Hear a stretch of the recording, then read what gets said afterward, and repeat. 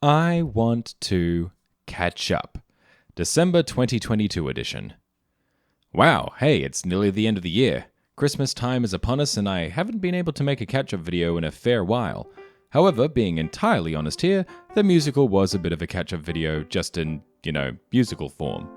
So I was wondering what I wanted to focus on this catch-up, and you know what I was thinking about? Pokemon. Specifically Scarlet. I want to play it. Yeah, this catch-up vlog is completely ditching its usual format, and it's just going to be me talking about the new Pokemon generation. Prepare yourself.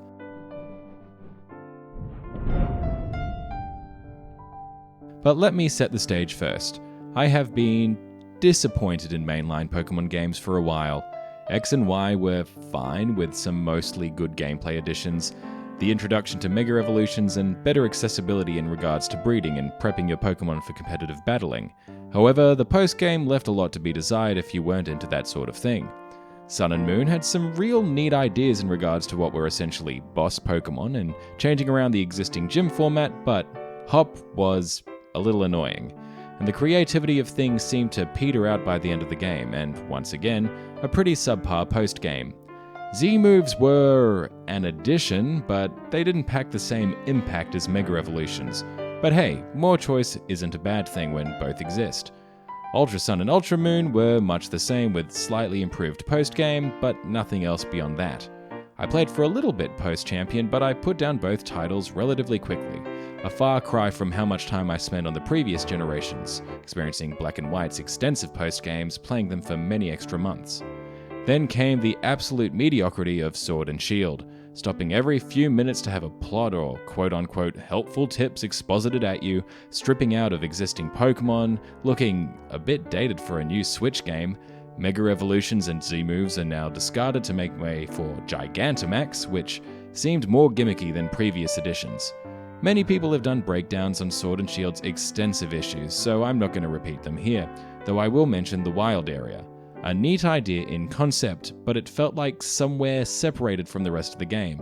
It scaled with you, so you'd end up seeing level 60 first stage Pokemon if you return to it later on in the game, and I felt arbitrarily blocked from being able to even attempt to capture the higher level Pokemon that lurked about the place.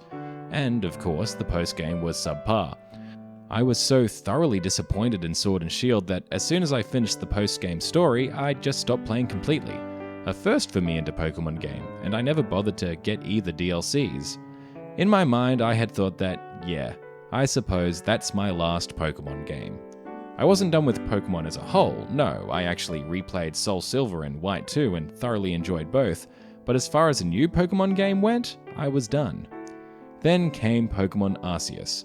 It had been out for a while and I initially had no intention of getting it, but people online and people that I knew in real life, well, they said it's actually good. So I thought, sure, why not? My expectations were already through the floor. So I purchased it and played it, and it was fun. It was a very different game from a mainline game, but not so different like other spin-offs like the Mystery Dungeon or Ranger series. Catching was fun, battling was intense, exploration was encouraged. That boyish delight of experiencing a new Pokemon game for the first time was burning bright. Even after I had completed the story, I still wanted to catch, to explore, to experience. I was having fun. So maybe, just maybe, I would try one more new Pokemon game. I'd give it one last chance. That chance presented itself when, seemingly for no reason, Amazon was selling pre-order copies of the game for like 30% off. For a brand new Switch game, that seemed like way too good of a deal to pass up, so I purchased myself a copy of Pokemon Scarlet. However, I wanted to keep my expectations in check, so aside from the very first trailer, I completely avoided spoilers. All I had seen were a few things. The box, which included the legendary, the first forms of the starters, the giant crab, that the games had something to do with time, that there was some sort of new crystallizing form, a YouTube short came up regarding it and I didn't flip away in time, and that was about it. For the last few mainline games before this, I was looking out for any new information. I would suck up any pre-game knowledge I could find, but for this one, I intentionally did the opposite. Then, a week or so ago from writing the script, the game arrived. Though I was really busy that day, so I didn't get to play it. Rather, it was the next morning, the morning of another busy day, that I thought, well, let's start streaming it. So at about 5:30 AM, I set myself up, plugged myself in, and started streaming Pokemon Scarlet. Alright, so I'm going to be talking about the very start of the game, though as of writing the script, I've only played about a total of 8 hours, and plot-wise I haven't gotten far at all.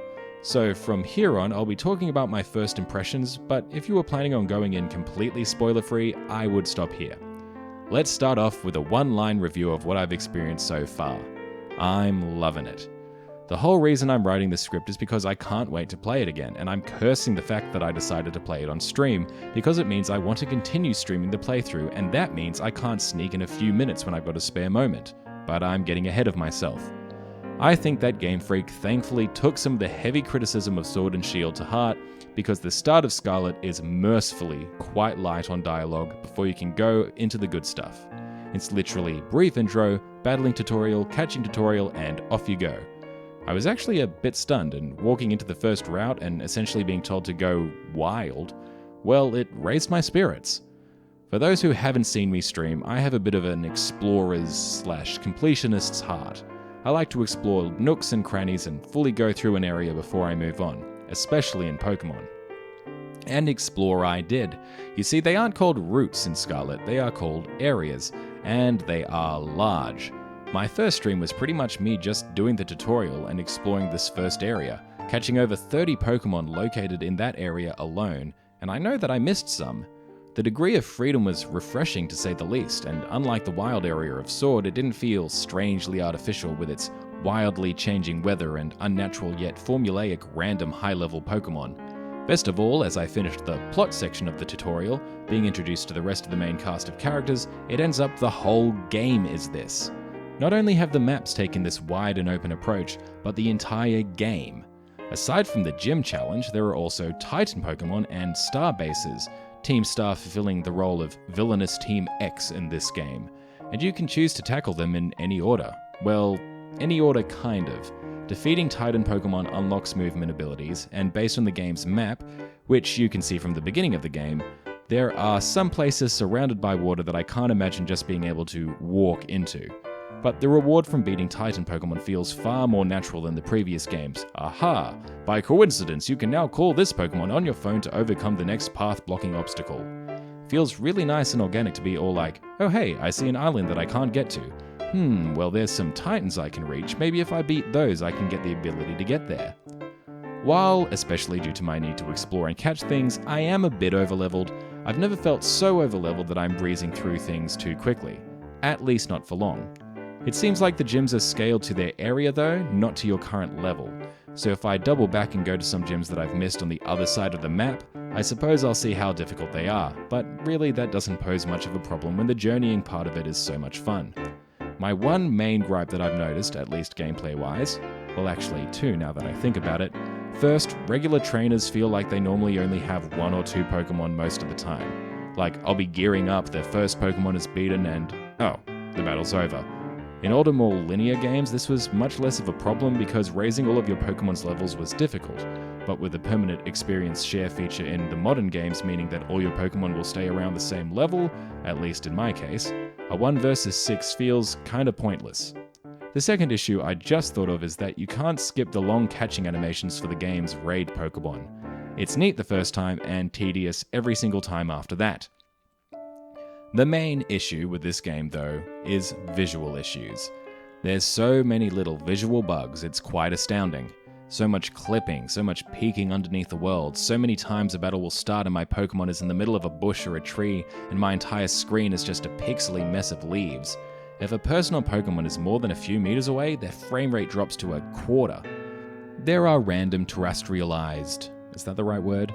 Pokemon that are about the place. They're pretty obvious. They glow, and I remember seeing one, starting a picnic, and then when the picnic was done, the Pokemon was still there, but its Terra Pokemon glow was gone and had stopped functioning. I've also fought Pokemon that have been completely merged into walls. Also, the hitboxes are a bit wider than you think, so I'll be on my lizard motorcycle, and then when I think I'm well clear of a wild Pokemon, I smack right into it and start a battle. Also, when you jump as a lizard motorcycle, you actually go down before you go up. So there's been times when I'm trying to jump over some water, go down first, start the "you've scrambled back to shore" sequence, resetting my position. Most of these issues are really just a bit funny, like watching someone accidentally glue their hand to their face. But from a company with as much money and dev experience as Game Freak, you'd expect a smidge more polish by this point, especially when it comes to a Nintendo product. Though gameplay-wise, aside from a single crash randomly when entering a gym, I feel like my experience has been less buggy than other people. I've been avoiding spoilers, so I haven't gotten too much of a comparison, but I did watch one short animation by Circle Tunes that painted the game as if it were the buggiest game ever released, but maybe I'm just lucky. Either way, all in all, I think the game is fun. I'd recommend it, probably my favourite mainline since W.A.N.T 2, with the caveat that I think I'm less than a quarter of the way through the game. I don't know if there's any Rose-style plot twists or if it takes a turn for the worse later, but I can forgive it for how much fun the game has been so far, and the core of exploration that makes it such a strong product. There is something to say about streaming it though, but I think I'll cover that in my next streaming video, but the short of it is this. Just streaming something popular on Twitch as it is popular doesn't mean that you're going to be successful. It actually means you're competing against far better and more experienced streamers with a lot more reach and viewers when you do so. I was originally going to end the vlog with this. I regret playing Pokemon on stream because now I feel like I need to stream it, which means I can't play it offline. That was how I was going to end it, but since the start of writing the script and now, I've actually made the decision, linked to my reasoning above. I don't think it's worth streaming as a super popular current game unless you already have an established audience. My viewer numbers and engagement are less than what they were with Neo The World Ends With You, and definitely far worse than Dark Souls 2. So while I was going to end this with, should I keep playing this on stream? I've already made the decision. I'm enjoying the game so much that I'm glad my numbers were bad, so now I can play it in bed while chilling, just playing it whenever I feel like it. And that feels good. So yeah, resolution reached. I guess that's vlog over. Man, I've been itching to make a vlog that's been far more chill and easier to put out, especially after the gauntlet of more intense videos I've been making recently. Though next video, funnily enough, it comes out the week before Christmas Day, and it's going to be, well, it's going to be a Chinese one, but it's going to be a bit more angry than usual, let's say. Until then, thanks for watching. Maybe instead of sticking to the rigorous overview type vlogs I've previously done, I can do more chill things like this, speaking about what's been happening and what's on my mind. I'm looking forward to it, and I hope you've enjoyed it too. After all, it's not I attempt new things, it's we attempt new things. Thank you all for watching, and I hope you have a fruitful day. Damn it. I forgot to say like, comment, and subscribe, ring the bell. Ugh, I'm still not used to it. I swear I'll get better. Alright, toodles.